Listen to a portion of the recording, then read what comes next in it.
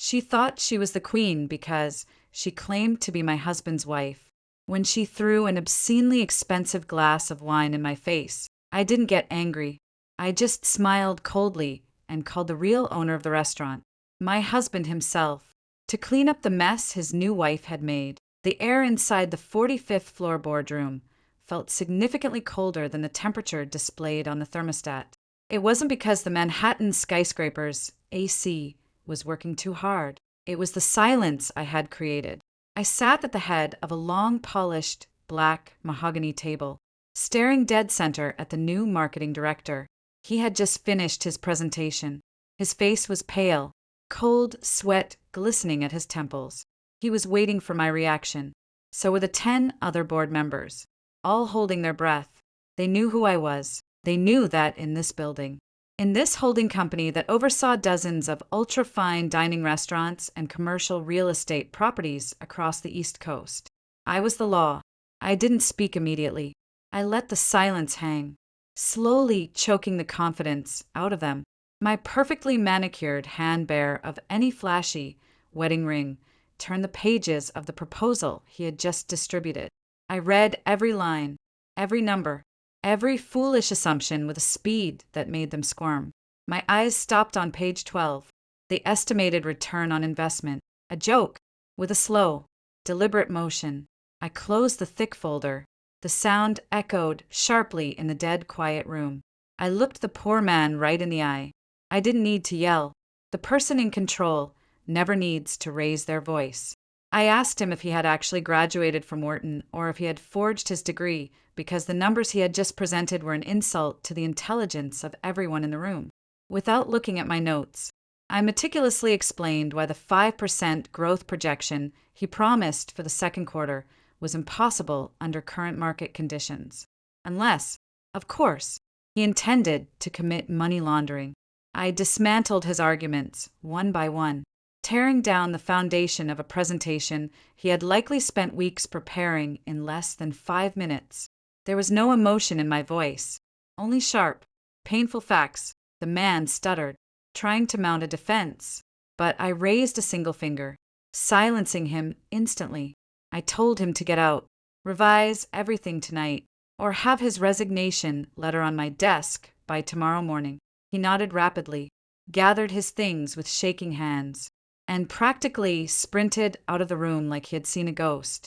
The other board members kept their heads down, pretending to be fascinated by their iPads, terrified of being the next target. The meeting was adjourned. I stood up, smoothed out my flawlessly tailored black blazer, and walked out without looking back. My personal secretary, an intensely efficient woman in her 50s named Rachel, was already waiting outside with a tablet displaying my schedule. She walked beside me toward my corner office, a space where I could watch the entire city grid of New York sprawling beneath my feet. This was my world, a world where emotion was a weakness and logic was king. Inside, I sat in my plush leather chair. On the left wall hung a massive abstract painting that cost enough to buy a McMansion in the New Jersey suburbs. Opposite, it was a framed photograph of my wedding. In that picture, we looked like the happiest couple on earth. My husband with his charming movie star smile that could melt any woman's heart and me smiling faintly beside him. Outsiders saw that photo as a symbol of ultimate success, the union of two powerhouses. But to me, it was nothing more than a business contract framed in gold. I let out a long sigh, massaging my slightly throbbing temples. Being the brains behind this empire was exhausting, especially when your husband functions more as a mascot than a partner. Arthur did have charm. He was an incredibly smooth talker, a social butterfly, and his face sold very well in luxury lifestyle magazines. That was exactly why I let him hold the title of CEO. He was the one who stood in front of the cameras. He cut the ribbons and shook hands with investors. But everyone on this floor knew the final decisions rested with me. I held 60% of the company's shares. Legally and technically, I was my own husband's boss.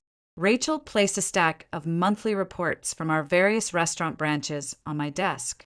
I asked her for a black coffee, no sugar, before she left, My eyes began to scan the financials of our flagship property, the Gilded Swan.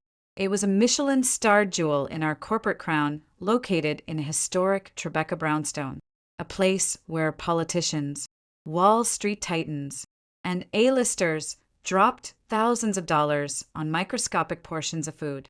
Usually its reports were immaculate, but today something bothered me. My 20 years of business instinct never missed. There was an unnatural pattern in the operational expenses column, a significant spike in entertainment costs and imported ingredients that didn't correlate with this month's sales volume. I grabbed a calculator and reran the percentages. For a company our size, the discrepancy wasn't massive, maybe the cost of one or two luxury cars.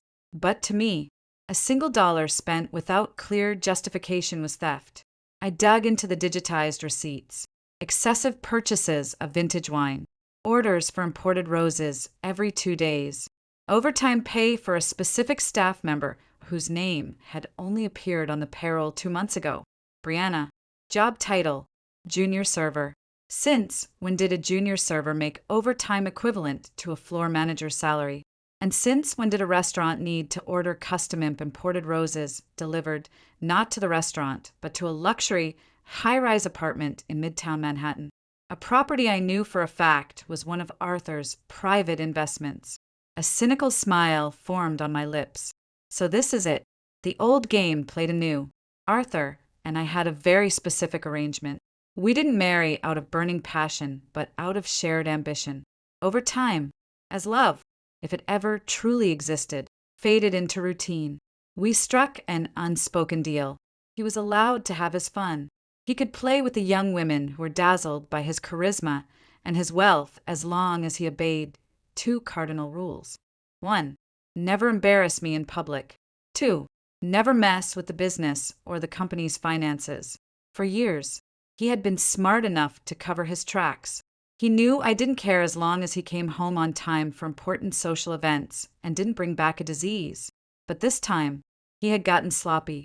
He had started mixing his personal pleasure with my business operations, letting his mistress onto the payroll with an absurd salary, and using the restaurant's budget for romantic gifts was a gross violation of our treaty. This was no longer about infidelity. This was embezzlement, and to me, touching company money was a sin far greater than breaking wedding vows. I slammed the report shut. Anger began to spread through my chest. Not out of jealousy. Absolutely not. My heart had frozen over long ago. I couldn't care less about the parade of foolish girls in my husband's life. I was angry because he had underestimated my intelligence. He thought I wouldn't check the details. He thought because I rarely visited the restaurants in person, I wouldn't know what was happening on the floor. I spun my chair to face the floor to ceiling windows. The late afternoon sky was turning a hazy orange over the Hudson River. The city looked so chaotic from up here, just like my marriage. I picked up my phone, debating whether to call him right now and scream at his stupidity. But no, that was too easy, too inelegant. If I confronted him directly, he would deny it, make 1,000 excuses, and just hide his little rat somewhere else. I needed a better strategy. I needed to see for myself how much damage he had done to my proudest restaurant. I needed to know who this Brianna was and exactly how much influence she had over my husband that he dared to mess with my balance sheets. My mind drifted to the past, to the days when I built this business from the ground up, working 18-hour days, sacrificing my youth, my social life, just to lay the bricks of this empire. Arthur came later, bringing connections and a handsome face. But I poured the concrete. No one, not my husband, and certainly not his little, was going to ruin what I had built with blood and sweat. Rachel walked in with my coffee. I took a sip, letting the bitter, scalding liquid wake up my senses. The plan was forming. Tomorrow, I wouldn't come to the office. Tomorrow, I would conduct a surprise inspection, not as the majority shareholder arriving in a chauffeur Maybach with an entourage, but as a regular customer. I wanted to see the true face of the restaurant service without the fake masks they wore when the big boss was in town. I wanted to see exactly what kind of investment my husband was nurturing down there. And if it turned out this woman was hurting my business, I wouldn't just remove her. I would make sure she regretted ever touching what was mine. I looked back at the wedding photo on the wall. Arthur's smile looked more punchable than ever. Enjoy it while you can, darling. I murmured to the glass frame, because you're about to learn that on this chessboard, the queen is the deadliest piece, and the king can barely move. I cleared my desk. That was enough for today. I needed to go home, rest, and prepare for tomorrow's performance, because tomorrow the queen was stepping down from her throne to take out the trash.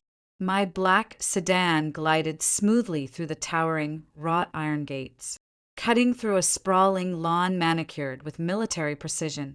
Not a single weed dared to grow in my Greenwich, Connecticut estate, just as no mistakes were tolerated in my life.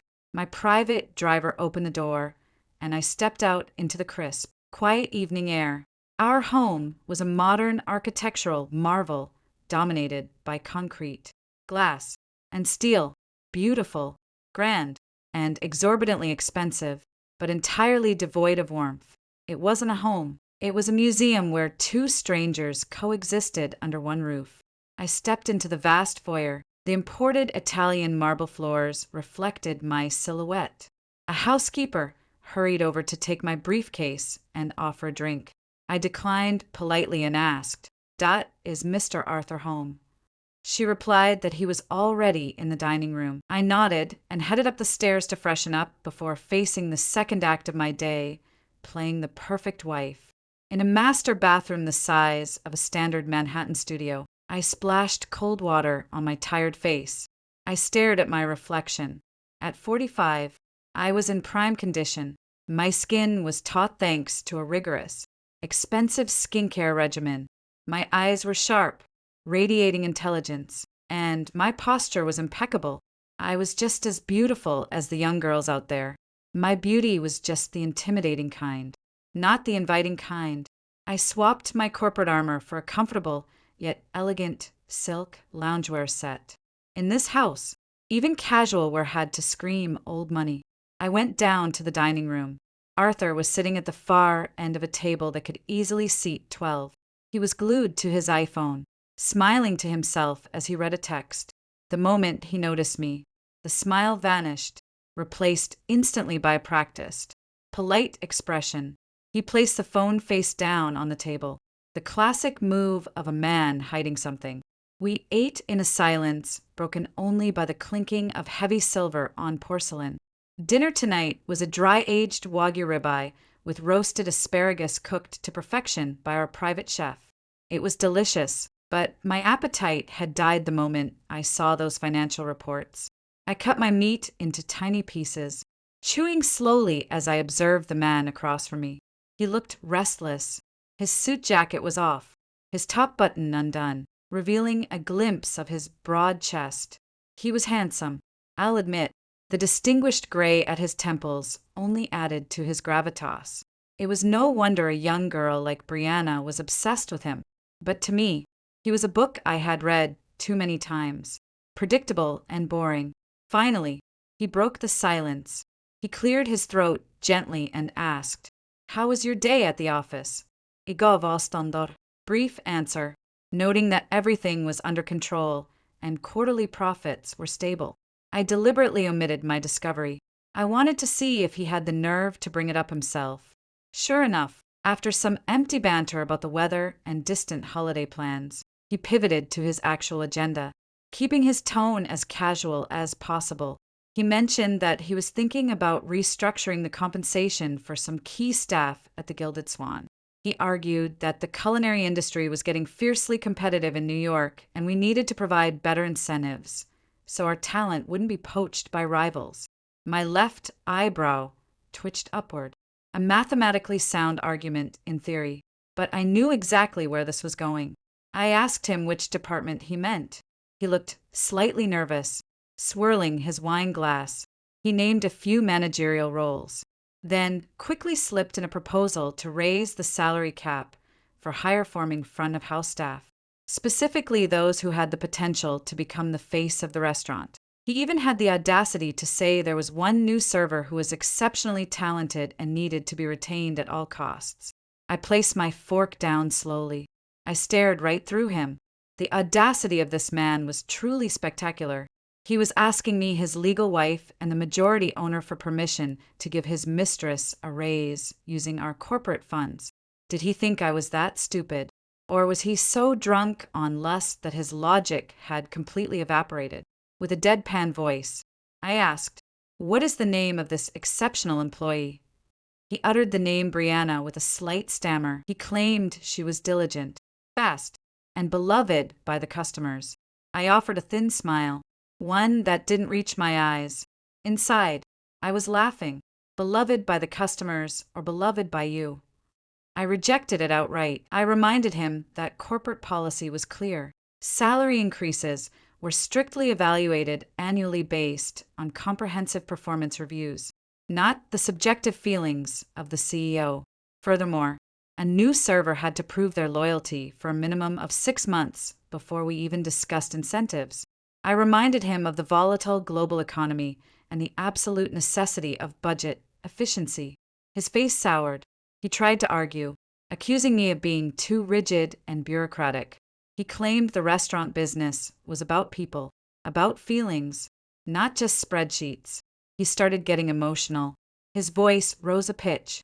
That was the telltale sign he was cornered. He had likely already promised the girl a massive raise or a new title, and now he was facing the reality that he had no actual power to deliver it. I didn't take the bait. I simply picked up my linen napkin, dabbed my lips, and stated that my decision was final. If the girl is truly exceptional, let the restaurant manager report it in next month's evaluation. It is highly inappropriate and beneath your station for a CEO to micromanage a waitress's paycheck, I said, twisting the knife. He fell silent. His face burned red with suppressed anger and humiliation. He knew he couldn't force my hand. I was the central bank of his life. Without my signature, he couldn't alter any significant financial structures. He spent the rest of dinner in brooding silence, sawing at his wagyu as if he were cutting my throat. Once dinner was over, he excused himself to his study, claiming he had documents to review. I knew it was a lie. He was going to call the girl and try to pacify her because his sweet promises had fallen through. I sat alone at the massive dining table, accompanied only by the melting candles. The events of the evening solidified my resolve. Arthur had crossed the line. He wasn't just playing with fire. He was trying to burn our house down with it. His desperate attempt to elevate Brianna's status and salary proved she wasn't just a one-night stand. There was emotional entanglement, or at the very least severe manipulation from her end. This was dangerous. If left unchecked, Brianna would become a massive parasite, demanding more and more assets. I had to act fast. I had to sever this weed at the root before it strangled my garden. I summoned the head butler and asked him to prepare casual clothing for me tomorrow morning. Not the designer Powers suits I wore to the corporate tower, but something that still looked expensive yet entirely unassuming, as if I were just a bored, wealthy housewife out for a casual lunch in the city. I also told him to clear my entire schedule for tomorrow, citing a minor illness. That night, I slept in my own master suite. We had maintained separate bedrooms for 3 years. I lay on the fret sheets, staring at the high ceiling, mapping out tomorrow's scenario. I would arrive at the restaurant unannounced. I would sit, order, and let the play unfold before my eyes. I wanted to see exactly how arrogant this Brianna was when she didn't know who I was. Would she serve me with the exceptional talent my husband raved about? Or would she show her true colors? A long sigh escaped my lips. Sometimes I wondered, is there even a fraction of pain in my heart seeing my husband fight so hard for another woman? I touched my chest. Empty. There was no heartbreak, only fatigue and a fierce primal instinct to protect what belonged to me. Love might be dead between us, but pride and business were things I would take to the grave. Tomorrow, I would teach them both a lesson in the hierarchy of survival. You cannot bite the hand that feeds you without fatal consequences. The next morning, Sunlight pierced through the silk drapes, casting golden lines across my plush Persian rug. But the warmth did nothing to melt the ice that had encased my heart since yesterday. I stood in my walk-in closet, a space rivaling a Parisian boutique. Usually, my hand would gravitate toward a sharp navy or black blazer, my armor for the boardroom clothes that screamed power and made old men on the board think twice before speaking. But today, my mission was different. I wasn't declaring open war. I was infiltrating. I needed camouflage, something that made me look harmless, but still radiated class to those who understood it. My eyes scanned the racks and stopped on a beige Luro Piana silk blouse, the fabric draped flawlessly, entirely unbranded, but deadly in its subtle luxury. I paired it with matching wide-leg trousers and a pair of the Row deerskin flats that cost as much as a month's rent in Brooklyn. In the mirror, I assessed my reflection. Without my signature sharp eyeliner and blood-red lipstick, I looked softer. My hair, usually pulled into a severe shiny, was left down in natural waves. I looked like a bored politician's wife, or perhaps a wealthy divorce killing time between shopping sprees on Fifth Avenue. Perfect. This was the exact mask I needed to see the true face of my own empire. I went downstairs. The house was quiet. Arthur had left early. He claimed he had a breakfast meeting with potential investors. I knew that was garbage. He was probably rushing to the city to comfort his little investment after failing to secure her raise. I called my driver, David, an older, fiercely loyal man who had been with me since my company was just one cramped office above a bodega. In the car, I told David to take me to the Gilded Swan, but I ordered him to drop me off 2 blocks away from the entrance. I wanted to walk. I wanted to feel the street vibe around my property to see how ordinary people viewed the place from the outside. David looked at me through the rear view mirror, deeply confused. He was used to dropping me off exactly at the VIP entrance, not letting me walk the hot New York pavements. But he had worked for me long enough to know better than to ask questions. When I stepped out of the car, the humid city heat hit me instantly. I slipped on a pair of oversized sunglasses that covered half my face. I walked slowly, savoring my new role as an observer. From a distance, the restaurant looked majestic.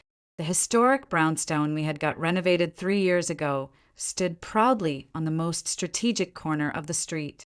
Its facade gleamed, and the polished brass sign reading the Gilded Swan caught the sunlight perfectly. This was my pride. The concept, the menu, the interior design, everything was born from my brain. Arthur only showed up for the ribbon cutting to smile for the press. I approached the entrance. A sharply dressed doorman opened the heavy glass door. Bowing politely, a blast of cold air smelling of lavender and freshly baked sourdough hit me. The smell of money. The restaurant was packed for a weekday lunch service. The clinking of heavy silver, polite laughter, and low-volume instrumental jazz created a lulling symphony of success. At a glance, everything looked perfect, but my highly trained eyes immediately began spotting the micro-fractures invisible to a layman. A thin layer of dust on the frame of a painting near the entrance. A male bus boy walking with a terrible slouch, his shirt slightly untucked.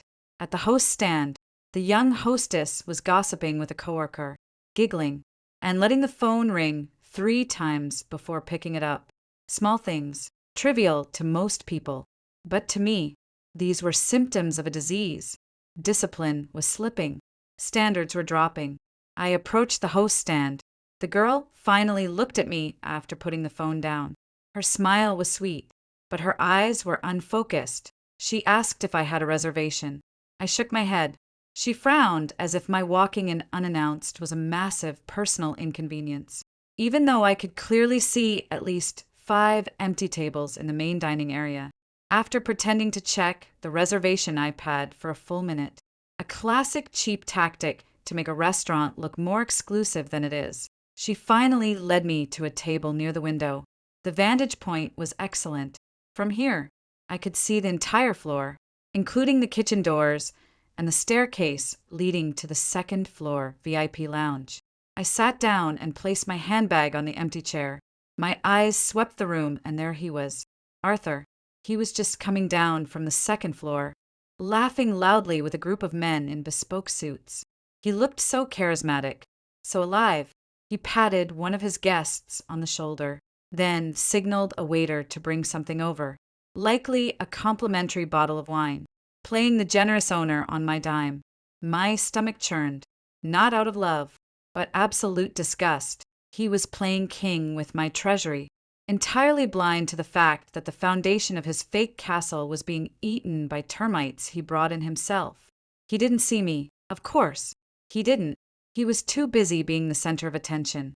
Besides, who would pay attention to a middle-aged woman sitting alone in a corner in his glamorous world? I was just background noise. I opened the menu the hostess had left. It was heavy, bound in genuine leather, but as I opened it, I spotted a tiny grease stain on the third page. My eye twitched. A stain on a Michelin-starred menu is a mortal sin. It showed a catastrophic lack of attention to detail. Management was supposed to check every single menu before service. If something this basic slipped through, I dreaded to think what was happening in the kitchen. I closed the menu and watched the floor staff. They looked busy, but it was inefficient chaos. Two servers walked in the same direction, empty-handed, while a dirty table sat unclear in another corner. There was no coordination. This wasn't a well-led team. It was a group of individuals scrambling without a commander. And then I saw her. She walked out of the kitchen carrying a tray of drinks. Her hair was dyed an aggressively bright blonde that clashed with our grooming standards, and her uniform had clearly been tailored to be uncomfortably tight, highlighting her curves. She was young, maybe early 20s, with a pretty face plastered in makeup far too heavy for a daytime shift. There was an undeniable aura of arrogance in her stride. She didn't walk with the crisp efficiency of a professional server. She sashayed as if the dining room floor was her personal runway. That has to be Brianna. My instincts screamed it. There was something entirely alien about her presence here. She lacked the baseline fear or respect typical of junior staff. When she passed the floor manager, she didn't nod or acknowledge him. In fact, the manager stepped aside to let her pass. Incredible. The hierarchy in this building was completely inverted. The boss's mistress outranked the general manager. I watched her serve a table across from me. She flirted openly with a male customer, flashing a dazzling smile. But her face instantly went flat when the woman at the table asked for extra sauce. Her body language was aggressive. She practically slammed the glass down on their table. No grace, no hospitality. My blood began to boil at a slow simmer. This restaurant was built on the philosophy that the guest is royalty, that every plate is art, and every interaction is an experience. This girl, with her brazen audacity, was destroying the reputation I had spent years building in a matter of seconds. And Arthur let her. Arthur wanted to pay her more to do it. I raised my hand slightly, signaling for a server. As luck would have it, Brianna was walking in my direction. She saw my hand. Our eyes met for a fraction of a second. I saw her literally roll her eyes. It was fast, subtle, but I caught it. She didn't come over immediately. She stopped to pretend to fold a napkin at an empty table first, stalling, establishing dominance, showing me that she controlled her time. Not me. Breathe. Claire, stay calm. This was a test of patience. This was evidence gathering. Don't pounce yet. Let the prey walk all the way into the trap. After almost 2 minutes and eternity in fine dining, she finally dragged her feet over to my table. She stood next to me. Her weight shifted onto one hip, completely off balance. No warm smile, no greeting. "Good afternoon, ma'am," she said, raising an eyebrow as if asking, "What do you want?" Without saying a word, I looked at her apron pocket. The distinct outline of a smartphone was poking out. Another violation. Staff were strictly forbidden from carrying personal phones on the floor. Rule number 15 in the employee handbook I wrote myself. Yeah, she prompted, her voice nasal and devoid of a single ounce of respect. The show was on. I looked at her with an innocent expression, hiding the apex predator behind the mask of a confused diner. I was going to see exactly how far she would push, how deep she would dig her own grave today. I haven't had a chance to look at the beverage menu thoroughly, I said, keeping my voice intentionally soft so she would be forced to lean in or listen closely. Could you recommend a red wine that pairs well with the lamb shank?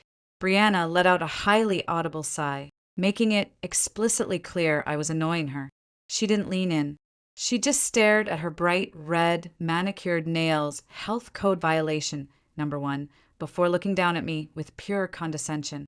That we have a lot of wine here, ma'am, she said lazily. She grabbed the leather wine list off the table roughly and flipped it open at random. Depends on your budget. If you just want something basic, we have a cheap house wine. It's only $15 a glass. She placed heavy emphasis on the word cheap, using the exact tone luxury retail workers use to intimidate customers they think are too poor to be in the store. She was profiling me based on my understated outfit. She thought because I wasn't draped in massive diamonds or carrying a purse with a giant logo, I was someone who needed to worry about a $15 glass of wine. I smiled faintly, suppressing the urge to laugh in her vacant face. I wasn't asking about the price, miss. I was asking about the pairing. What flavor profile best complements your lamb today? Brianna looked genuinely stumped. It was glaringly obvious she had zero product knowledge. A server at the Gilded Swan was required to undergo a brutal 2-week intensive training on wine pairings before they were allowed to speak to a guest. The fact that she was standing here with an empty head proved she had bypassed all training protocols entirely shielded by my husband. Yeah, just anything red. Really, she bluffed, trying to mask her ignorance with aggression. She pointed blindly at a name on the page. Cabernet Sauvignon. It's our bestseller. Rich people usually order this one. Once again, playing the rich people card, as if that was the only metric of quality.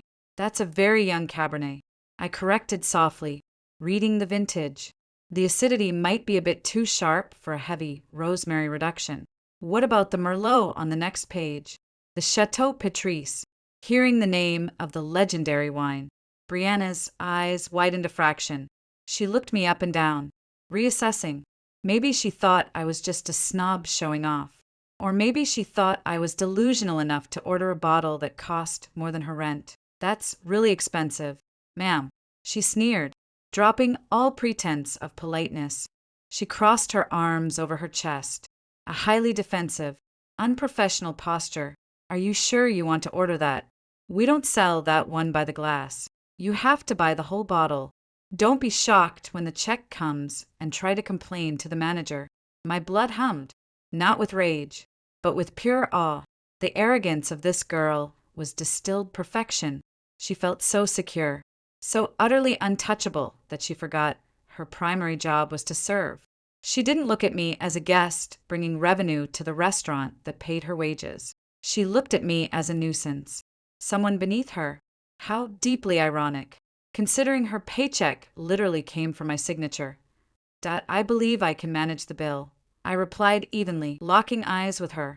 Please bring me a bottle, and please ensure it's at the correct temperature, 60 degrees Fahrenheit. Not too cold. Brianna scoffed. Yeah, so picky, she muttered under her breath as she turned around. She thought I couldn't hear her. My ears are very sharp, sweetheart, and my memory is even sharper. She strutted toward the bar, her hips swaying exaggeratedly. I watched her talk to the bartender, pointing back at my table while laughing. The young bartender just nodded awkwardly, looking intimidated. Brianna was clearly the little queen of this floor, a fake queen whose power was entirely borrowed from a weak king. While waiting, I scanned the room again. At another table, a senior waiter was explaining a dish flawlessly to an older couple. There is still hope, I thought. Not every apple in this barrel is rotten. It was just this one that needed to be thrown out before the rot spread. But the problem was the rotten apple was being protected by the orchard owner. 10 minutes passed, an absurd amount of time just to pull a bottle of wine. I looked over and saw Brianna chatting up a male bus boy near the kitchen doors. She laughed loudly, the sound cutting through the elegant jazz music. She didn't care in the slightest that a guest was waiting. Finally, she walked over carrying the bottle of Merlot and a crystal glass. She slammed the glass down on the marble table. The sharp clack of crystal on stone made me wheeze. If she chipped that glass, it was $20 down the drain. She opened the bottle with terrible technique, nearly breaking the cork. Then, without offering a tasting, pour an absolute mandatory procedure for a wine of this caliber. She simply tipped the bottle and filled my glass almost to the brim. It was a desecration of culinary art. Red wine is never poured to the top. It needs space to breathe in the glass to release its aroma. There, she said curtly, turning to leave. Wait, I called out. She stopped and whipped around, her face a mask of supreme annoyance. What now, ma'am? It's too full. You didn't decant it, I said flatly. A vintage this old needs to be decanted for at least 20 minutes to separate the sediment and let it open up. And you overpoured it. This isn't a frat party keg stand. Brianna's face flushed red, not with embarrassment, but with pure, unadulterated, ego-driven rage. She felt humiliated by someone she deemed inferior. She took a step toward my table, invading my personal space. Listen here, lady, she hissed, her voice venomous. I work hard here. Don't act like you know better than me. If you want to drink wine with all these complicated rules, stay home and drink it yourself. We are busy here. Stop complaining. I placed my hands on the table, interlacing my fingers. Service is the core of this business. Brianna, I said, deliberately reading her crooked name tag, and your ignorance is a terrible reflection on the management of this restaurant. Who trained you? That question pressed the wrong button, or perhaps exactly the right one. Her face twisted into pure hatred. Cornered, the wild animal decided to attack. Don't you bring management into this. She snapped loud enough that heads at 3 neighboring tables snapped toward us. You don't know who I am. You think you can just walk in here, order an expensive bottle, and act like the boss. I could have security throw you out right now for harassing the staff. Throw me out, I asked, unable to hide my dark amusement. On what grounds? Because I demanded the standard of service I am paying for. Because you're a nightmare, she yelled, losing all control. She grabbed the open bottle of wine off the table, her hands shaking with fury. You rich people just love to complain. You get a little money and think you own the world. Well, let me tell you something. My husband. She paused as if weighing whether to drop her trump card. Then, with a terrifyingly smug smile, she continued, my husband owns this place. Arthur, so if I tell you to get out, you get out. Silence, an eerie, heavy silence suddenly blanketed a 20 radius around us. Diners who had been pretending not to listen were now staring openly. The statement was so vulgar, so intensely stupid, and so utterly fatal. She had just publicly claimed my husband as her own in front of high-end clientele and used his name to threaten a guest. I looked at her with a profound sense of pity. You foolish girl. You just signed your own death warrant. Your husband. I asked softly, you are certain Arthur is your husband? Yeah, surprised. She challenged, tilting her chin up.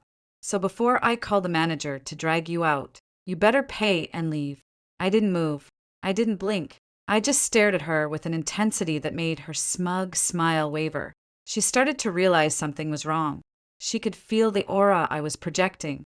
The same aura that made CFO sweat was now bleeding through my casual clothes. That sudden anxiety made her reckless. She needed to assert dominance. She needed to do something dramatic to end this and prove. She held the power. Her hand, gripping the neck of the bottle, jerked. Are you leaving or not? She barked, slamming the bottle down onto the table. But whether her hand was slick with sweat or whether she did it on purpose, the bottle tilted too far. The dark, heavy red liquid splashed out violently, erupting from the neck like fresh blood straight onto my chest. Cold, wet, sticky, in a fraction of a second. My beige Loro Piana silk blouse turned a violent shade of dark purple. The wine soaked through the fabric instantly, dripping onto my trousers and pooling on the floor. The sharp smell of alcohol filled the air. The entire restaurant gasped. A fork clattered to the floor in the distance. Time seemed to freeze. Brianna stood paralyzed, her eyes wide as she realized what she had just done. For one split second, I saw pure terror in her eyes, but then her defense mechanism kicked in. She didn't apologize. Instead, she took a step back, played the victim, and shrieked, "See, you bumped my arm. Look what you did. That's a fortune spilled." I sat perfectly still amidst the chaos. The wine dripped from my chin. A normal person would scream. A normal person would cry, curse, or throw a punch. But I didn't. I felt a supreme, icy calm wash over me. This was the case's belly, the justification for war I had been looking for. She had just handed it to me on a silver platter.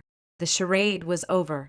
With slow, deliberate movements, I picked up my linen napkin. I dabbed the wine off my face, wiping away the drops as if they were mere dust. Then I looked up at Brianna, who was pale, but still trying to look fierce. I smiled, a terribly cold smile, the smile of a shark smelling blood in the water.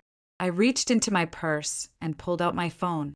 I didn't even look at the screen as my thumb held down speed dial number 1. Brianna frowned. "Who are you calling?" "The cops." "Go ahead. Arthur will back me up." The line connected on the second ring. I pressed the speakerphone button and set the phone down on the wine-soaked table. "Hello, darling." Arthur's voice, crisp, cheerful, and dripping with fake affection, filled the tense air between us. Brianna's face instantly drained of all color, turning white as a sheet. She recognized the voice. Of course, she did. It was her husband. I leaned forward slightly, locking eyes with Brianna's trembling pupils, and spoke into the phone with a terrifyingly flat tone. "Arthur," I said, "come down to the main floor. Immediately, your enthusiastic new wife just bathed me in a bottle of Petrus. I believe she is severely confused about who actually owns this building." A sharp click echoed from the speaker as the call ended abruptly, followed by total, suffocating silence in the Gilded Swan. It was a heavy silence, the kind that presses against your chest, as if all the oxygen in the room had been vacuumed out. The soft jazz playing overhead suddenly felt like inappropriate background noise. Dozens of pairs of eyes were locked onto our table. Diners had abandoned their meals. Forks hung in midair. Brianna stood frozen. Her complexion had gone from flushed with rage to a sickly, corpse-like gray. She stared at the phone on the table, then up at me, her face twisting in a cocktail of disbelief and a rising panic that was crawling up her throat. But denial is a powerful drug. Human beings possess an extraordinary ability to lie to themselves when reality is too horrific to accept. That was a recording. Right. Her voice shook as she desperately reached for logic. She forced a hollow, hysterical laugh. "Yeah, it's a prank app. You think you can scare me with a fake voice." I didn't answer. I didn't need to. I just sat up straight, letting the sticky Merlot begin to dry on my skin. The physical discomfort was real, cold, and gross, but I ignored it. In business, the person who can endure pain the longest without blinking is the one who wins. I calmly poured the remaining drops of wine from the bottle into my glass, watching the red liquid swirl. "Just give it 10 seconds.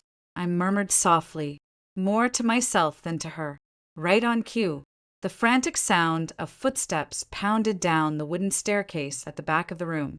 It wasn't the composed, authoritative stride of a CEO. It was the panicked, stumbling sprint of a desperate man. The sound grew louder. Arthur burst into view at the bottom of the stairs.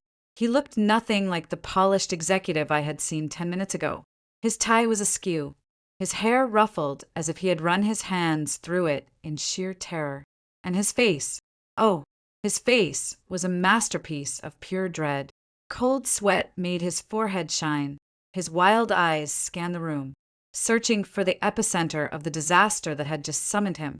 When his eyes landed on my table, I watched the exact moment his soul left his body. He saw me sitting there drenched in red wine, my expression as cold as Arctic ice. Then he saw Brianna standing next to me, the empty bottle still in her hand. The tableau told him everything he needed to know without a single word. Arthur, Brianna's shriek shattered the tension. The foolish girl, seeing her lover appear, she thought the cavalry had arrived. She trotted over to him, her face morphing back into forced arrogance, mixed with a sickeningly sweet whine. "Babe, thank God you're here," she announced loudly, making sure the whole room knew their status. She looped her arm through Arthur's rigid one. "Look at this crazy woman. She comes in here causing problems, complaining about everything, and then she pretended to call you using some weird app. Kick her out. Babe, she's stressing me out." Arthur didn't move. He stared at Brianna as if she were a radioactive mutant. Then he looked back at me. I raised my wine glass a fraction of an inch toward him, a deeply threatening toast. "Let go of me." Arthur hissed. His voice was hoarse and low, but loud enough for the tables near the stairs to hear. Brianna frowned, confused. "What?" "Arthur, didn't you hear what this old?" I said. "Let go of me." "You idiot." Arthur roared. Brianna jumped, startled, and dropped her hold. Arthur shoved her hand away violently, as if he had just been touched by the plague. Brianna stumbled back, her eyes wide with shock. She had never seen this side of Arthur before, the cowardly side, desperate to save his own neck. Arthur didn't spare her a second glance. He half ran, half tripped toward my table, ignoring the bewildered stares of his staff and the whispers of the guests who were now recording the scene on their iPhones. He reached my table and did something that made Brianna's jaw hit the floor. He bowed, a deep, subservient bow that communicated total submission. "Claire," Arthur choked out, gasping for air. "Honey, my God, what happened? Why are you covered in his hand?" Reached out, wanting to touch my shoulder, wanting to wipe the stain, or perhaps just wanting to verify I was real. I leaned back slightly, avoiding his touch. My glare froze his hand in midair. "Do not touch me," I said softly. My voice was calm, a jarring contrast to the chaos around us. "Your hands are dirty, Arthur. Just as dirty as the management of your restaurant." Arthur swallowed hard. He looked back at Brianna, who was still standing by the stairs, paralyzed, then back to me. "Claire, this is a misunderstanding. I can explain. Brianna, she's a new hirer. She probably doesn't know our standards yet." "Standards?" I cut in sharply. I stood up slowly. My chair scraped against the marble floor. Despite my ruined, sticky clothes, I stood tall, radiating an authority that made Arthur instinctively take a step back. What kind of standard allows a server to insult a guest? What kind of standard allows staff to pour wine like animals? And most intriguingly, what kind of standard allows a low-level waitress to call the owner her husband and threaten to blacklist a patron? The words landed like physical blows across Arthur's face. He turned ash gray. He knew I had heard everything. There was no room left for denial. Meanwhile, behind him, Brianna's brain finally finished processing the data. She heard Arthur call me Claire. She saw how utterly terrified the man she viewed as her protector was of me. Reality was violently tearing down her fantasy world. "Arthur." Brianna's voice was small, hesitant. She took a step closer. Who is this woman? Why are you scared of her? You told me your wife was some old monster living in Europe. You said you were divorcing her. Ah, classic. The old monster in Europe. Arthur's creativity and lying was truly pathetic. I let out a dry, humorless laugh. I walked past Arthur, stopping right in front of Brianna. "Let me introduce myself," I said, my voice ringing clear across the dining room. "My name is Claire. I am not a monster, and I certainly don't live in Europe. I live in the same house as this man. We sleep under the same roof. And most importantly, I paused dramatically, savoring the absolute destruction in Brianna's eyes. I am the majority owner of the corporation that signs your paychecks. This building, this table, the wine you just spilled, even the uniform you modified to seduce my husband. They all belong to me. Brianna's mouth fell open. Her legs gave out slightly, and she stumbled back into an empty table. No way. Arthur said he was the sole owner. I shot a look at Arthur that could have skinned a man alive. Tell her, Arthur. Tell your new wife, who really holds the leash here. Tell her exactly whose money paid for those designer bags you've been buying her. Arthur was shaking. Sweat poured down his face. He was trapped. On one side, the young mistress he had lied to. On the other, his legal wife who held the keys to the vault and his entire future. The choice was easy, though agonizing for his ego. Claire is my legal wife, Arthur muttered, staring down at his expensive Italian loafers. She is the chairman of the board. Louder, I snapped. Arthur flinched. He looked up at Brianna with a mix of apology and resentment. She is my wife, Brianna. Claire owns everything. I'm just the CEO. Are you happy now? That shout broke everything. Brianna covered her mouth with her hands. Tears streamed down her face, ruining her heavy mascara.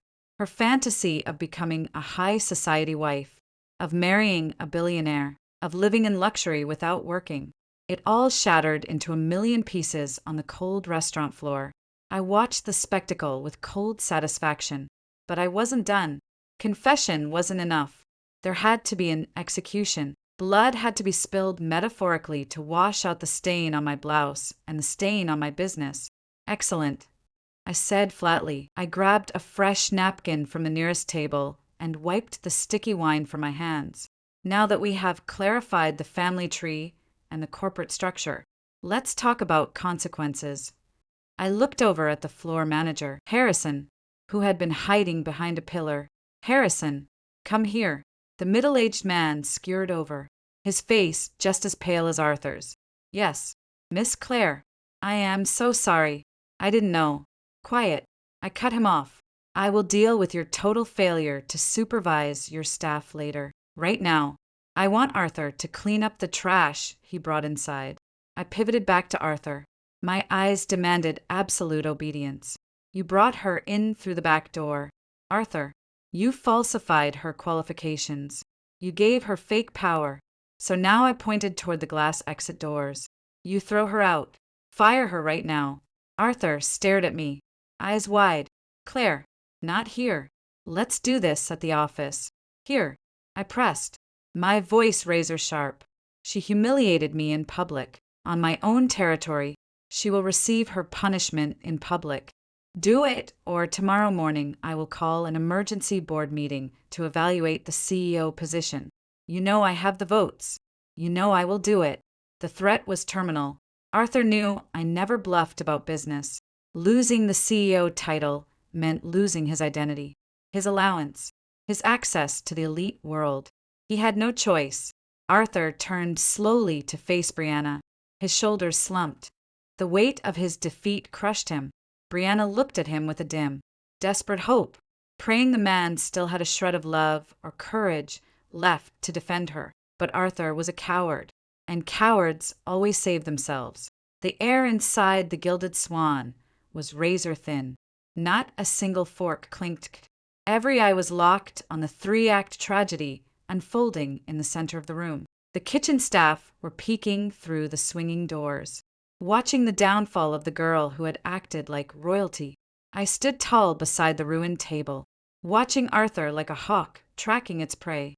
Arthur took a deep breath, trying to scrape together whatever authority he had left. He couldn't look Brianna in the eye. He stared at her shoulder instead. Brianna. Arthur's voice cracked mid-sentence. He cleared his throat and tried again. Brianna, your behavior today is entirely unacceptable. You insulted a guest. You committed physical assault by spilling a beverage. And you massively overstepped your authority. Brianna shook her head slowly. Black mascara stained tears tracked down her flushed cheeks. What are you saying? You promised to marry me. You said this woman meant nothing. Enough, Arthur interrupted quickly, terrified she would air their dirty laundry right there. He shot me a panicked glance, but my face remained a stone wall. Personal matters have no bearing on professional conduct. What you did to Miss Clare is a gross violation. Arthur clenched his fists. The veins in his neck popped. He was killing a part of himself, the part that thrived on this young girl's worship. Effective immediately, Arthur continued, forcing his voice louder. You are terminated. Pack your things and leave the premises now. The word now echoed through the massive dining room. Brianna gasped as if she had been shot. She opened her mouth to protest, to scream, but no sound came out. Her legs finally gave way, and she collapsed onto the floor. It was a pathetic sight. The girl, who 10 minutes ago stood tall and challenged me, was now slumped on the floor like a discarded rag doll. That you're evil, Arthur, she wailed, her voice breaking. That you're a liar. You used me. Arthur turned his face away, unable to watch. He looked at me silently, begging for approval for a sign that he had obeyed his master. It's done. Claire, let Harrison handle the rest. Not quite, I said coldly. Arthur's eyes widened. What else? She's fired. I stepped past Arthur, towering over Brianna as she sobbed on the floor. I felt no pity. Sympathy is an expensive commodity, utterly wasted on those who try to destroy you. She wasn't an innocent victim. She was an active participant who reveled in the arrogance of borrowed power.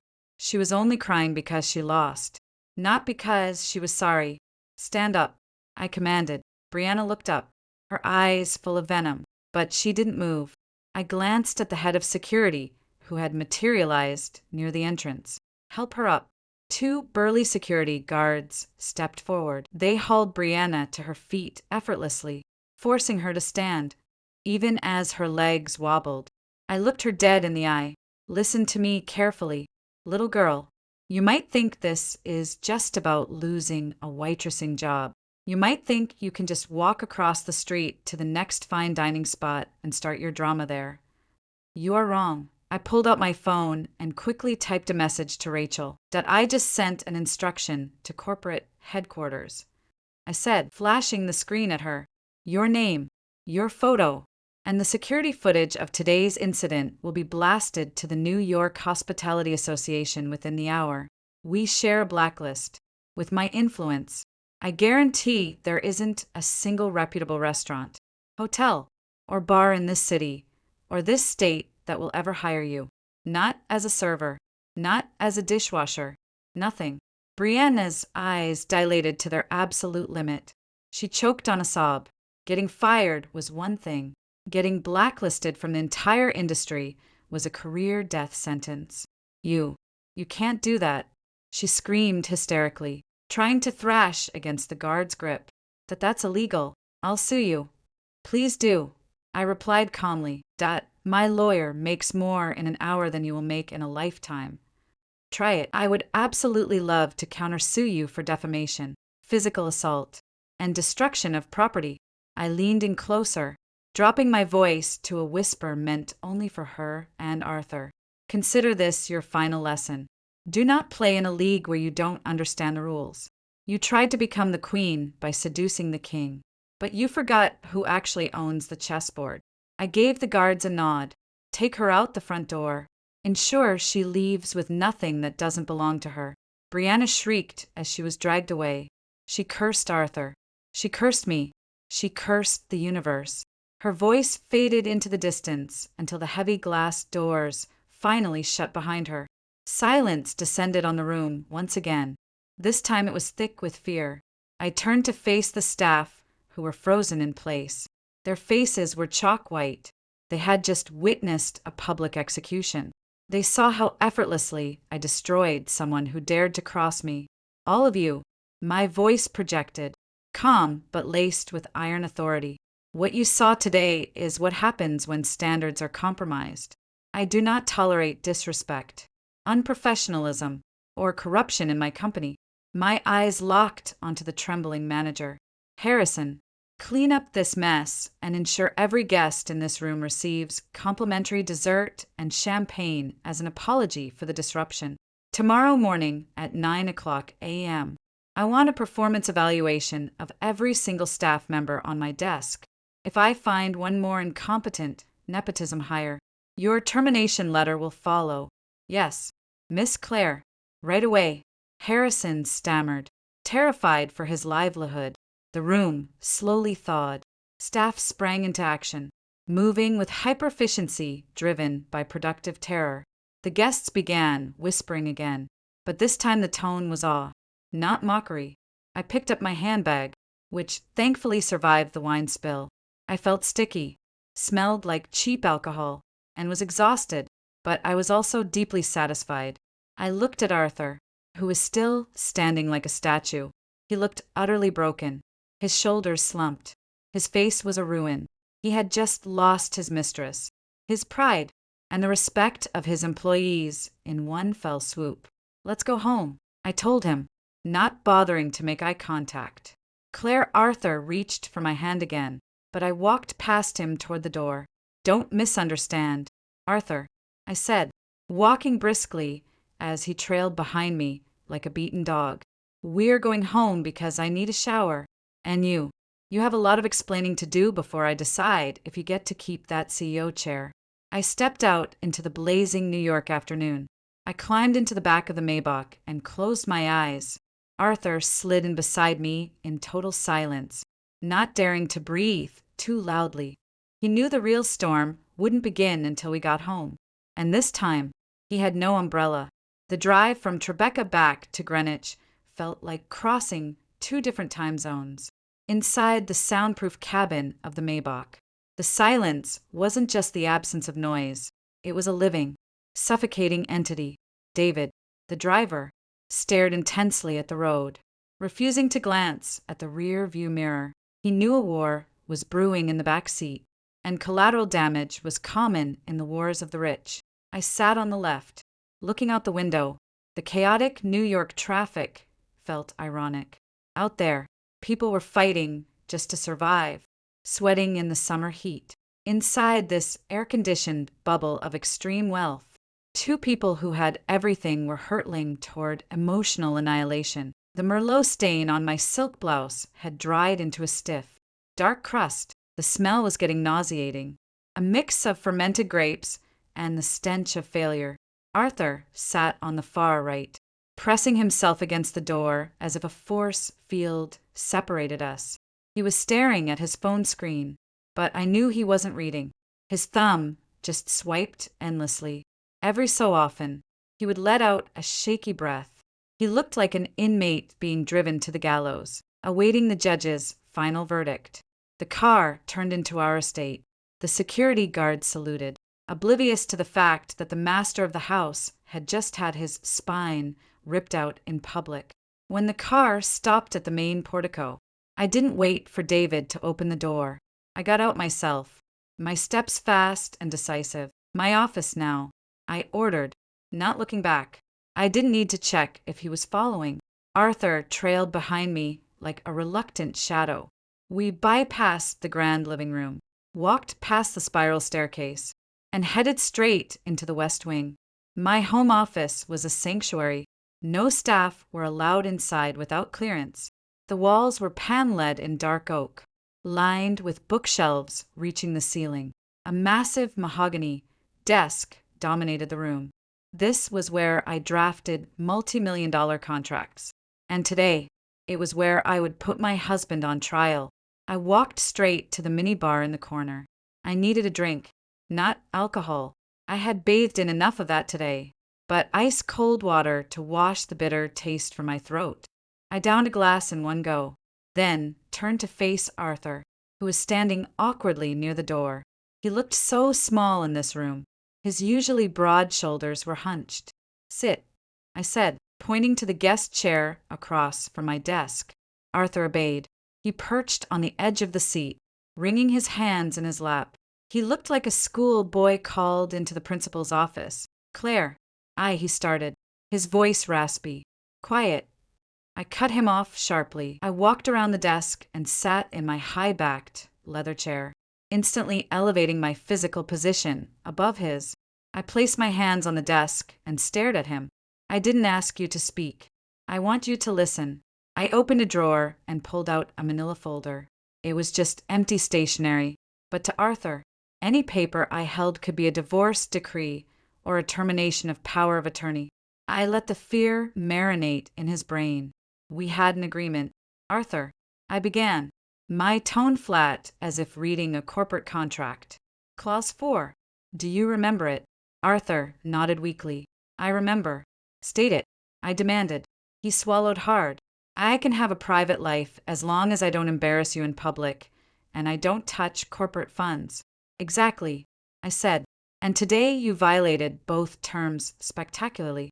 You didn't just embarrass me. You let your little throw wine in my face inside my own restaurant, in front of our elite clientele, in front of the staff. You let her claim your title, claim your name, and threaten a customer using power she borrowed from me. I paused, letting the words sink in like acid. And regarding the finances, you tried to raise her salary last night. You used corporate funds to fund her lifestyle. You gave her perks she didn't earn. That is embezzlement, Arthur, in legal terms. It's theft. Arthur's face flushed. I didn't mean it like that. Claire, I got carried away.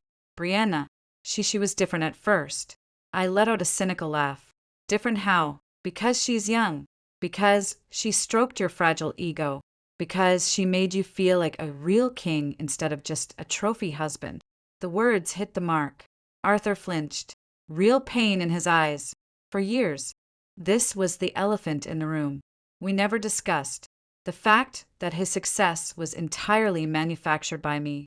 That without me, he was just a handsome face with average intellect. I'm not a trophy. Claire, he shot back, a spark of defensive pride flaring up. I work hard. I built the company's image. I lobby the politicians. I charm the media. Do you think it's easy smiling for the cameras every day while your own wife treats you like an intern? Oh, so we're playing the victim now, I asked calmly, entirely unbothered by his outburst. You felt pressured. You felt underappreciated. So, your brilliant solution was to sleep with a waitress who doesn't even know how to hold a bottle of wine properly. She made me feel needed. Arthur stood up, his voice rising. She didn't look at me like a walking ATM or a corporate mascot. She looked at me as Arthur. She admired me. She admired your wallet. Arthur, I barked, my voice finally booming through the room.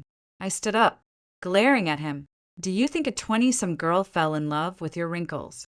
Do you think she was obsessed with your dad jokes? She saw the Maybach, the PC, fight, and the title, and the second she realized you weren't the real boss. You saw her reaction today.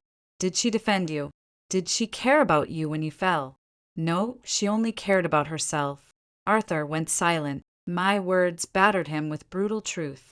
The image of Brianna screaming and blaming him in the restaurant looped in his mind. The romantic fantasy he had built had collapsed, leaving only agonizing reality. He slowly sank back into the chair, his shoulders hunched deeper. He covered his face with his hands. That I was stupid. He whispered that I was so stupid. Yes, you are. I agreed without hesitation, but your stupidity has a massive price tag. The Gilded Swan's reputation is tainted. That video is already circulating in Upper East Side group texts. By tomorrow morning, I'll be the prime gossip material at every charity luncheon in New York. Poor Claire, drenched in wine by her husband's side piece. I walked around the desk. Stopping right beside his chair, I looked down at the crown of his head. I could divorce you right now, Arthur, I whispered near his ear. I have proof of adultery. I have witnesses. According to our prenup, I could make you walk out of this house with nothing but the clothes on your back. Arthur's body went rigid. He looked up at me, his eyes wet. The terror of poverty was far stronger than his humiliation. Claire, please, please don't, he begged. I'm sorry. I swear I'll never do it again. I'll do anything. Don't divorce me. This business, this life, it's all I have. Pathetic.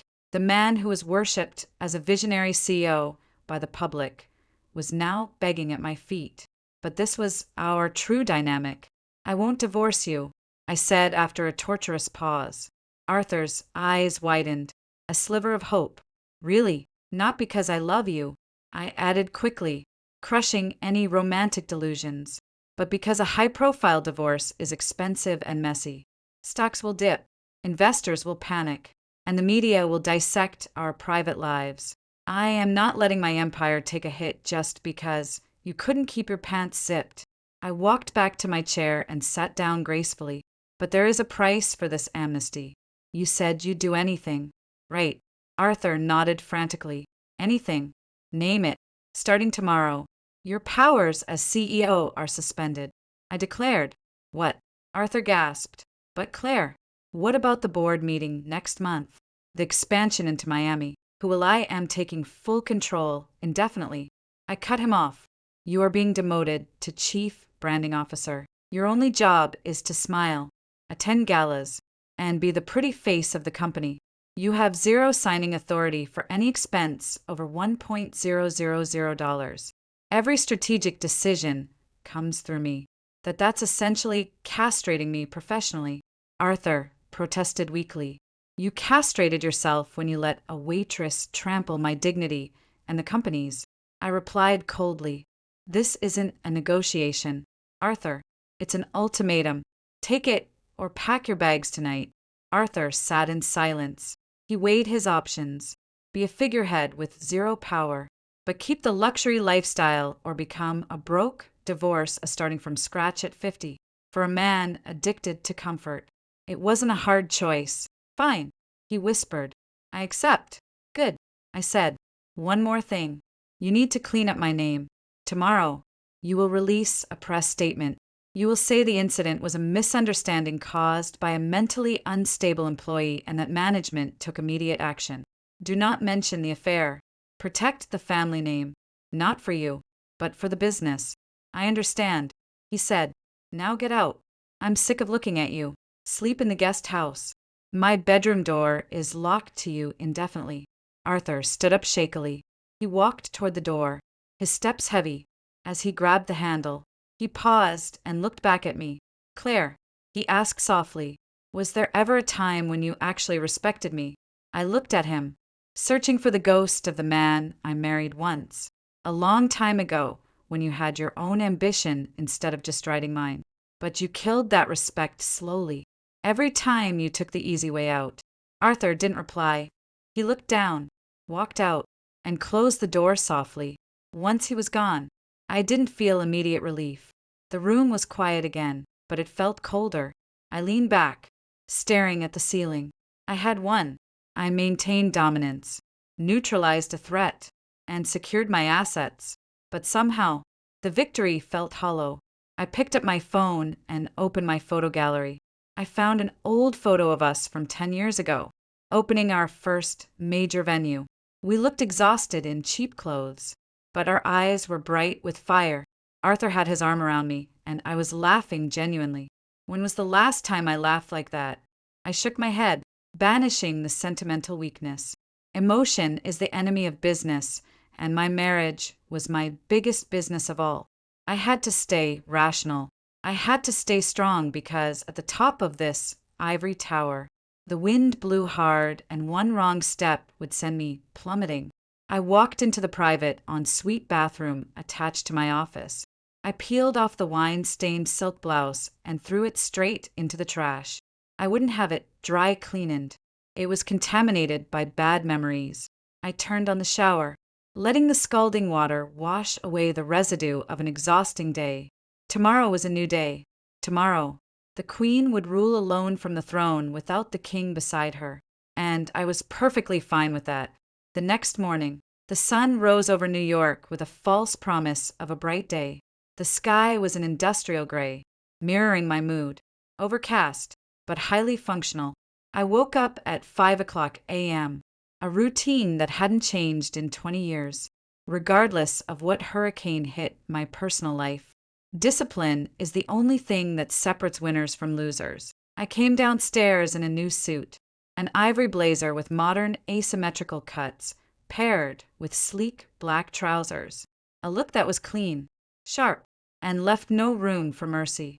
In the dining room, Arthur's chair was empty. The housekeeper informed me he had left at dawn. Coward! He was avoiding a morning confrontation. Or perhaps he was busy drafting the public apology I demanded. I ate breakfast alone. Whole wheat toast, egg whites, black coffee. While eating, I checked my iPad. The news of the incident at the Gilded Swan had already hit several local gossip blogs and blind item Instagram accounts. The amateur video showed Brianna screaming hysterically as security dragged her out.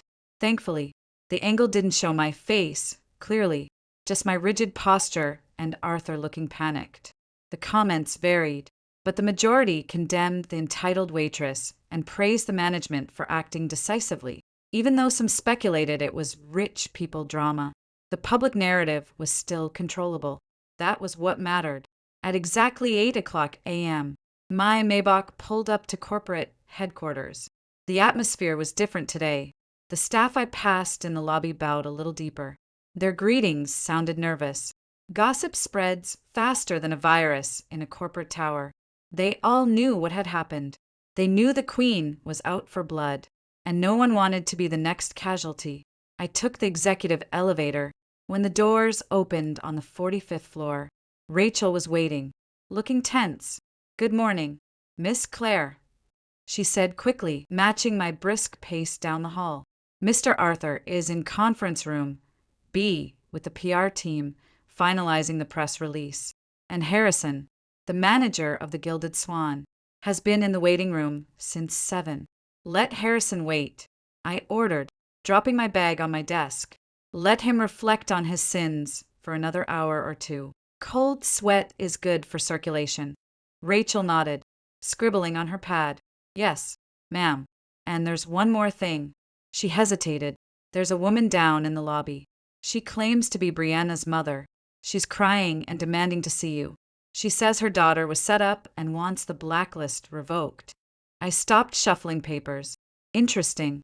Act 2 of the drama wanted to start early. Brianna, the arrogant brat from yesterday, was now sending her mommy to beg. The apple doesn't fall far from the tree. Or perhaps the mother had no idea how rotten the fruit she raised truly was. "Throw her out," I said coldly without looking up. "But ma'am, she's threatening to call the press if you don't see her," Rachel said worriedly. I offered a thin smile. "Let her call the press. Let the media interview a mother defending a daughter who physically assaulted a patron and committed identity fraud. It will only cement our position as the victims. Tell security if she isn't gone in 5 minutes. Call the NYPD for trespassing and disturbing the peace. Right away, ma'am." Rachel hurried out, relieved she didn't have to deal with the hysterical woman herself. I sat at my computer and opened the corporate organizational chart. Agenda item number 1, restructuring. I hovered my mouse over the box labeled Arthur, CEO. With a few clicks, I dragged the box to a lateral position under a new reporting line and changed the title to Chief Branding Officer. Then I drew a direct line from every department head straight to my box. Claire Iyer, Chairman and Acting CEO digitally. It took 5 seconds, but the shock wave would be felt across every floor of this building. I hit send on a company-wide memo, effective immediately. All operational and financial reporting lines will be directed to Miss Claire. Mr. Arthur will focus on external brand development. Corporate speak for my husband has been neutered. Do not bypass me. An hour later, I called Harrison in. The middle-aged manager entered, looking like a crumpled receipt, his eyes puffy from lack of sleep. He stood in front of my desk, too terrified to sit. "Sit, Harrison," I said. He perched on the edge of the chair, exactly like Arthur had the night before. "Miss Claire, I am so profoundly sorry. I save your apologies for the guests." I cut him off. "I don't want an apology. I want an explanation. How does a waitress with 0 experience, no basic skills, and the attitude of a street thug make it onto the floor of a Michelin-starred restaurant? And why did you allow it?" Harrison looked down, wringing his hands. It was a direct order from Mr. Arthur. Ma'am, he brought Brianna in. He told me she was a distant relative who needed a job. He ordered me to put her on prime shifts and skip the rigorous training. I didn't dare defy the CEO. A distant relative. I scoffed. The oldest lie in the book. And when she started acting out, when she violated uniform codes and harassed guests, you just watched. You are the general manager. Harrison, I pay you to run a world-class restaurant, not to babysit the boss's mistress. I was terrified of being fired. Ma'am, he admitted honestly. Every time I reprimanded her, she threatened to call Mr. Arthur, and he did call me twice, telling me to go easy on her. I sighed. This was the cancer of corporate feudalism. Professional talent rendered impotent by palace politics. Do you know why I haven't fired you yet? Harrison, I asked. He shook his head. No, ma'am. I assumed I was done. Because you are honest, and because for the 5 years before Brianna showed up, your numbers were impeccable, I said. Harrison looked up, stunned. But this is your final warning. I continued. From now on, your loyalty isn't to Arthur. It is to corporate standards. It is to me. If tomorrow Arthur brings in a goat and tells you to make it the executive chef, you reject it and call me directly. Understood? Understood, ma'am. Absolutely. Thank you. Thank you so much. Harrison looked ready to cry from relief. Get back to work. Tighten discipline. Fire anyone who slacks off. We have to restore the Gilded Swan's reputation in 30 days. If we fail, you're out. Harrison practically sprinted out, fueled by a new lease on life. People who survive the chopping block usually work twice as hard to prove their worth. That afternoon, I led a strategy meeting with the marketing team. Arthur was there sitting at the far opposite end of the table. He looked exhausted, but he was back in his bespoke armor. When I walked in, the room fell dead silent. I sat at the head of the table, Arthur's usual seat. He didn't protest. The shift in power was glaringly obvious to everyone. We are shifting our brand strategy for Q3. I opened without preamble. Our focus is no longer casual luxury. It is uncompromising perfection. We are launching a new campaign. The Queen's Standard. Pen scribbled furiously. Arthur shifted uncomfortably. The title was a direct jab, asserting who truly ruled. Arthur, I called out. He jumped slightly. As Chief Branding Officer, your job is to be the face of this campaign. You will feature in the ads, talking about our fanatical dedication to quality. You will narrate how we do not tolerate a single mistake when it comes to guest satisfaction. It was deeply ironic, but the public loves a redemption arc disguised as corporate perfectionism. Arthur gave a stiff nod. Yes, Miss Claire, the concept is strong. It's not just strong, it's mandatory. I corrected. Creative team, draft the scripts. I want Arthur looking authoritative, but humbled, and ensure there are absolutely no young female extras in the frame this time. Just Arthur, the food, and elegant ambience. The meeting was hyper-efficient. I dominated every discussion, cutting down useless ideas and making rapid decisions. I felt alive again. This was where I belonged, ruling this room, controlling the fate of hundreds of employees. The adrenaline of power was masking the sting of Arthur's betrayal. Business is the ultimate cure for a broken heart. Later that afternoon, as I was auditing internal expenses to ensure Arthur hadn't siphoned off anything else, my personal cell phone rang. An unknown number. I usually ignore them, but my gut told me to answer. Hello, Claire, darling. The woman's voice was familiar, but it took me a second to place it. It was Sarah, the wife of one of our biggest private equity investors and the undisputed gossip queen of the Upper East Side. Sarah, I replied warmly, instantly sliding on my socialite mask. What a surprise. To what do I owe the pleasure? Oh, nothing much. Sweetie, just checking in. I heard there was a tiny little incident at your restaurant yesterday. A video is going viral in the country club group chat. Her voice dripped with fake sympathy masking ravenous curiosity. She was fishing. She wanted my version to broadcast to the elite. I smiled wickedly. This was a golden opportunity. Controlling the narrative wasn't just about press releases. It was about the whispers in elite circles. Oh, that, I said breezily, as if discussing a mild rainstorm. Yes, it was quite embarrassing. We had a new hire who was severely delusional. You know how these young girls are watching too much reality TV.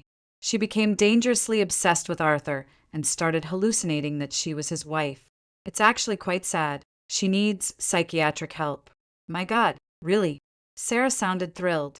The bait was taken. So, she was a stalker essentially. Yes. Poor Arthur. You know how friendly he is with the staff. She completely misread his kindness. I had to step in and handle the mess personally. Arthur is far too gentle to fire someone brutally, so I had to play the bad cop. I twisted the truth with elegant precision. I painted Arthur as the victim of his own kindness to save his face as my husband, and I framed Brianna as a psychotic stalker to utterly obliterate her credibility. Wow, you handled that brilliantly. Claire, if it were me, I would have dragged that girl out by her hair. Sarah laughed. We are women of class. Sarah, we don't pull hair. We simply remove them from the chessboard. I replied, so true. Oh, by the way, are we still on for the charity gala committee meeting at your place next week? Absolutely. And I'll make sure the wine is poured by a master sommelier, not a hallucinating intern. I joked. Sarah cackled. We ended the call on excellent terms. I put the phone down, deeply satisfied.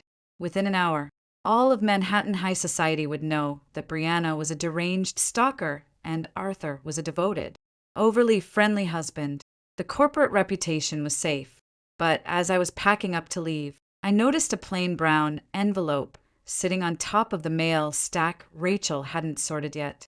No return address, just Claire written in messy block letters. I opened it.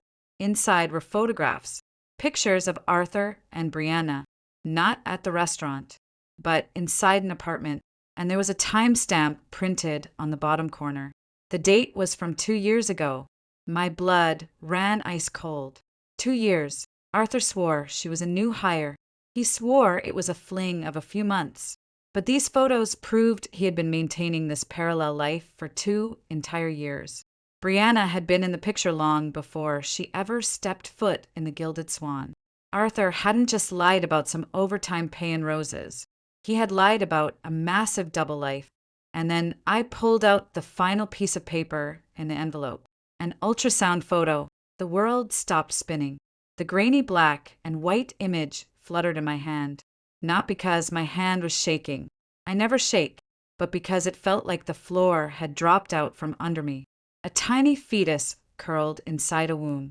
In the bottom right corner, the patient name read Brianna Miller. The date, 2 weeks ago.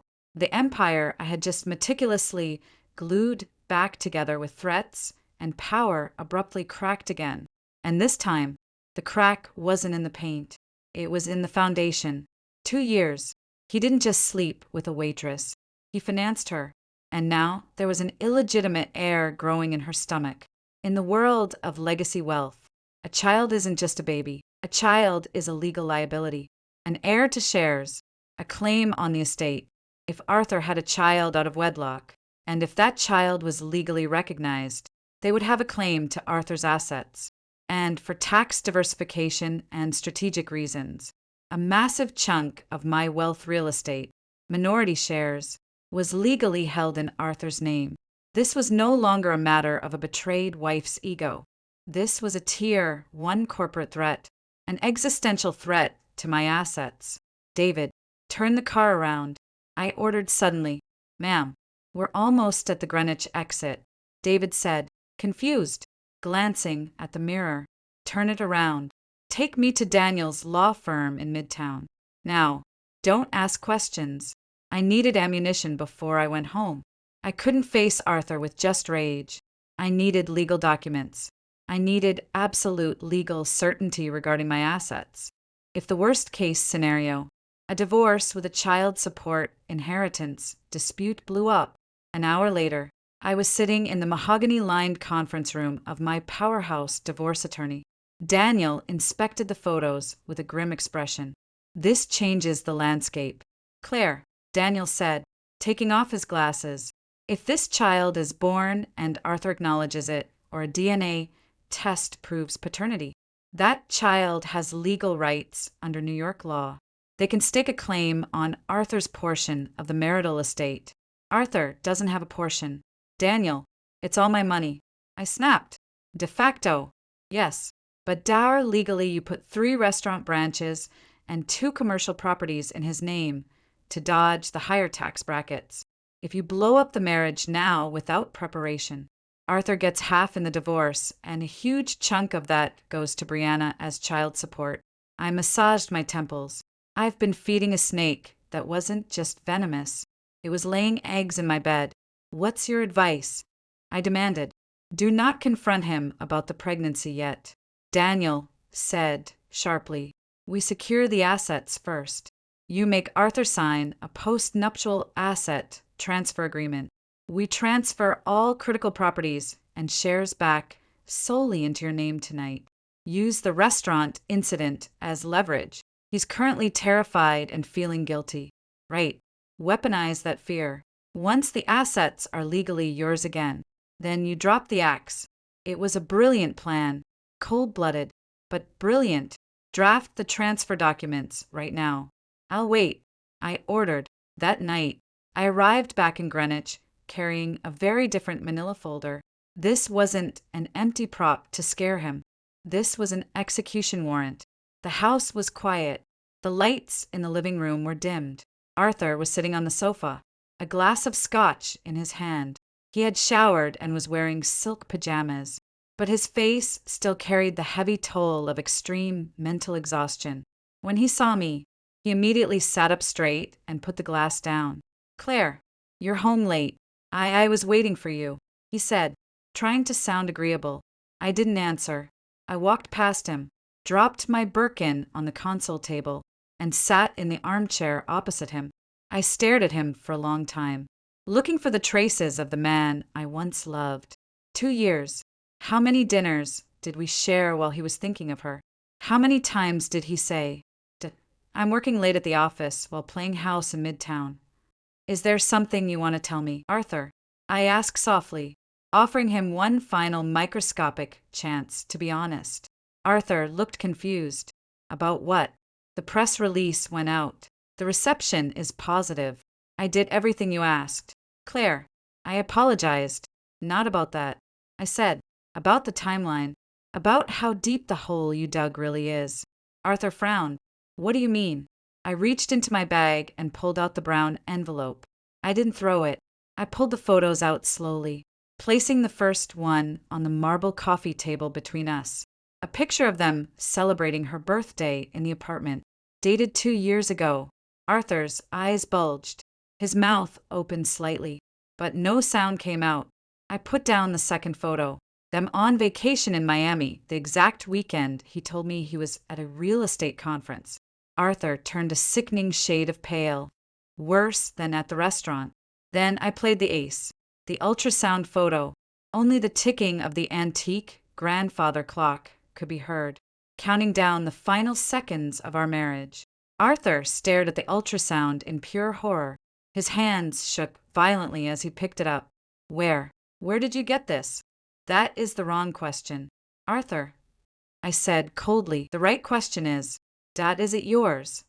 Arthur looked up at me, his eyes wide with panic, shame, and terror. "Claire, I can explain.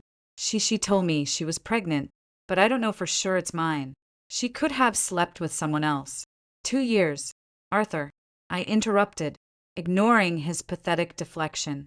"You said she was a new hire. You said it was a fling of a few months, but you've been keeping her for 2 years.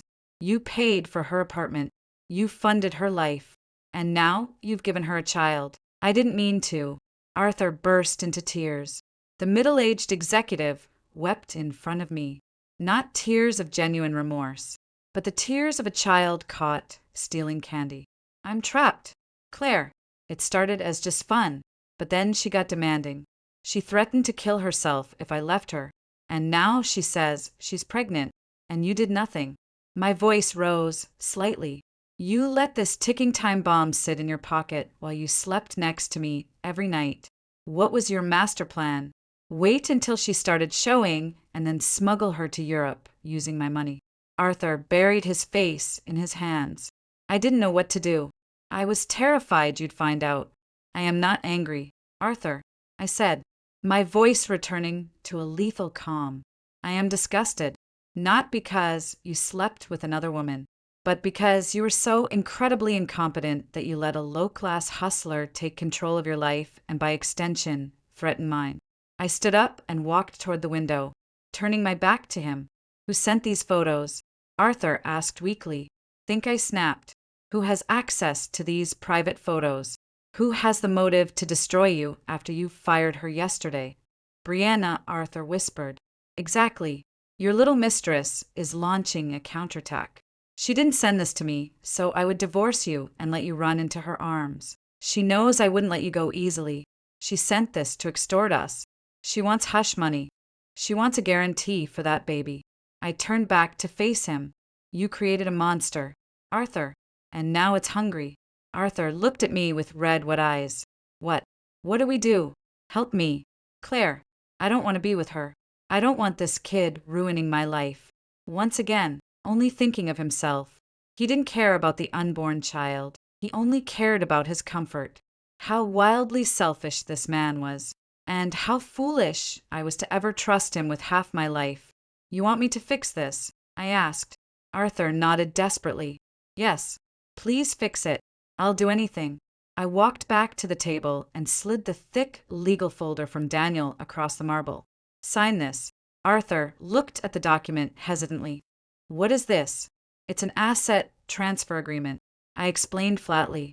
The Midtown apartment you used as your love nest. The minority shares in the 3 restaurant branches. The commercial real estate in your name. Everything transfers back to my sole ownership tonight. Why? He asked, completely lost. To protect you. You idiot. I barked. If Brianna sues for child support or paternity claims, her lawyers will come after your assets. If those assets are in your name, she gets half. But if everything is transferred to me, you officially own nothing. A broke Arthur isn't worth extorting. The logic clicked in his panicked brain. His eyes lit up. He saw an escape hatch. He thought I was saving him. He didn't realize I was stripping him of his very last layer of armor. You're right. You're right. Claire, you're a genius. He muttered, grabbing a gold pen without reading the fine print, which also contained an ironclad waiver of alimony and corporate voting rights. He signed every page I pointed to. 1 signature, 2 signatures, 10 signatures. With every stroke of ink, Arthur was cutting his own safety line, surrendering the life I had given him 20 years ago. When the last page was signed, I pulled the folder away and held it tightly against my chest. My assets were safe. My empire was whole again. There was no loophole for Brianna, her illegitimate child, or Arthur to steal a single cent. I checked my watch. 10:00 p.m. Is it done? Arthur asked, looking relieved, as if a boulder had been lifted off his chest. So, how do we handle Brianna? Do we pay her off? I stood up and smoothed my blazer. I looked at Arthur with new eyes, the eyes I reserved for useless strangers. We? I asked, a thin smile forming. There is no we in this equation. Arthur. His smile vanished. What do you mean? I have secured my assets. My job is done. I said casually, the rest is your problem. But you said you were going to fix the Brianna situation. I did fix it. I ensured she can't steal my money through you. That was my only concern. The fact that she is pregnant, that she is extorting you, that you have a child out of wedlock, that is your personal nightmare. Arthur, deal with it yourself. Claire, you can't just abandon me like this. Arthur stood up, panic, setting back in. Sit down, I said softly. I'm not finished. I reached into my bag and pulled out one final document, the one I had prepared long ago, but hesitated to use. The divorce papers. I tossed them onto the coffee table, right on top of the ultrasound photo. "This is my final gift to you," I said.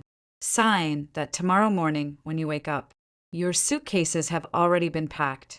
David put them in the trunk of your car. You can sleep in a hotel tonight. Divorce." Arthur gasped, stumbling back. "But our agreement, the business is secure. You just signed away all your rights," I said, tapping the thick folder in my arms. "You have no leverage left. Arthur, you aren't the CEO.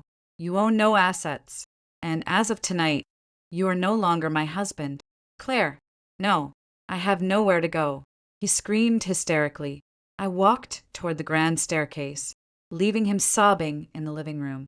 "You have that midtown apartment," I said without looking back. "The one you played house in for 2 years. I was generous enough not to seize that one. Go there, live with Brianna.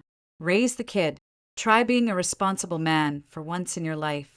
Enjoy living on a budget without my AMX." I walked up the stairs, my steps light. Behind me, Arthur's wails echoed pathetically through the mansion. I felt absolutely nothing. My conscience had died a long time ago, murdered by his betrayal. Tonight, I would sleep perfectly. Tomorrow, I would wake up as the sole queen on a chessboard, wiped clean of useless pawns. The next morning, the house was utterly silent. No drama, no shouting. When I came downstairs, Arthur's bags were gone. His car was missing from the garage. He had left. Perhaps whatever shred of dignity he had left forced him out before sunrise. Or perhaps he was too terrified to face me in the daylight. On the coffee table, next to the stain from his scotch glass, lay the divorce papers. He had signed them. The signature was sloppy and slightly smudged, perhaps by tears or shaking hands, but it was legally binding. I picked up the papers, verified them, and handed them to Rachel, who had just arrived to pick me up. "Send this to Daniel's office immediately. Tell him to fast-track it. I don't want any leaks to page 6 before the ink is dry," I ordered. "Yes, ma'am. What about Mr. Arthur?" He texted me asking about a severance package. Rachel asked hesitantly. I let out a sharp laugh. "Severance, even at the end. He tries to milk the cow he slaughtered. Tell him his severance is me not pressing criminal charges for embezzlement. That is incredibly generous. If he asks again, send him the invoice for the PR crisis management and the damaged crystal." Understood. The drive into Manhattan felt entirely different today. The sky over the skyline looked sharper, clearer. The 200 pounds dead weight of Arthur was gone from my shoulders. I felt lighter, deadlier, but there was one last loose end to tie. Brianna. I had David pull the Maybach over near a small coffee shop across the street from the midtown luxury apartment where Arthur and Brianna used to meet. The apartment that with deeply ironic cruelty I had left in Arthur's name. I didn't get out. I waited in the back seat with the tinted windows rolled up. 10 minutes later, a man in a leather jacket slipped into the passenger seat. He was the private investigator I had retained late last night. "You got the intel?" I asked from the back. The man handed me an envelope.